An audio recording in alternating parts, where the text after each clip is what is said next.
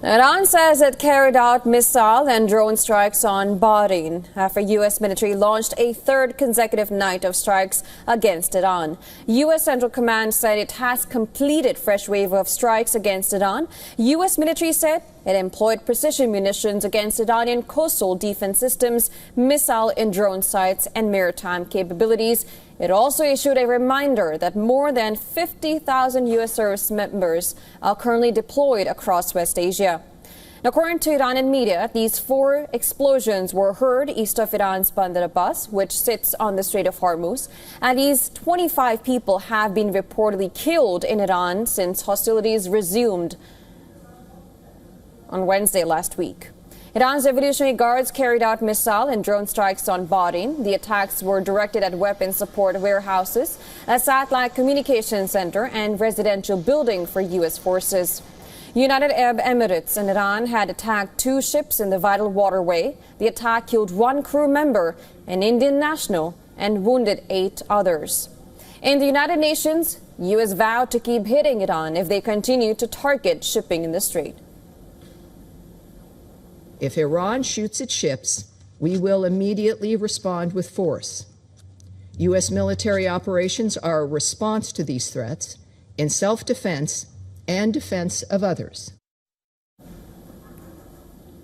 The White House has confirmed that President Trump has formally notified Congress last week that the United States had resumed military conflict with Iran, giving the Pentagon an additional 60 days to operate in the region without congressional approval. Earlier, President Trump had signaled more military action was imminent while talking to a radio host. Trump also threatened to destroy Pickaxe Mountain, a deeply buried nuclear site near Natanz, where Western intelligence suspects Iran is building an undeclared enrichment facility. We're hitting them very heavy tonight, as you know. We have tremendous amounts of ammunition. We have numbers that we haven't had in years. And we're hitting them very hard, and it'll continue, and we'll see what happens. But we're knocking out all of their offensive capability, and we're controlling the straits. We're putting the blockade back. And it's a blockade not for anybody but Iran. But you think a deal is still possible? You think they'll return to the... Yeah, I think a deal is possible, sure. I do. Now, following Trump's directive, CENTCOM announced that a blockade on Iranian ports would be reimposed. Oil prices shot up more than 9% over fears of renewed conflict. On Truth Social, Trump declared that the U.S. would be known as the guardian of the Hormuz Strait and announced 20% fee on all cargo transported through the strategic waterway. Now, Iranian Foreign Minister Abbas Araghchi mocked the proposal, saying Iran would charge a lower rate.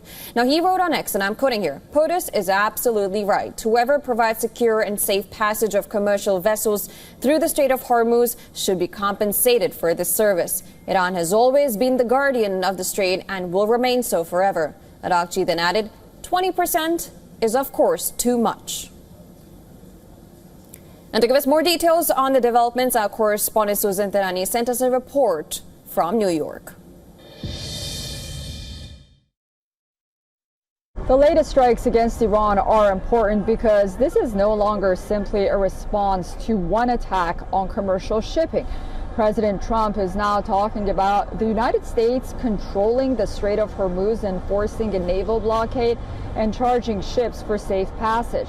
But there's also a major constitutional battle unfolding in Washington, D.C. The New York Times reports that President Trump formally notified Congress that hostilities with Iran will resume on July 7th, a move the administration could interpret as effectively restarting the 60-day clock under the War Powers Framework, though critics dispute that interpretation. Congress has already voted to end U.S. involvement or require authorization to continue the war. So the question now is not only how far this confrontation with Iran goes, but whether the White House can effectively reset the legal timeline for military action without approval from Congress. Susan Tehrani reporting for WION from Vancouver.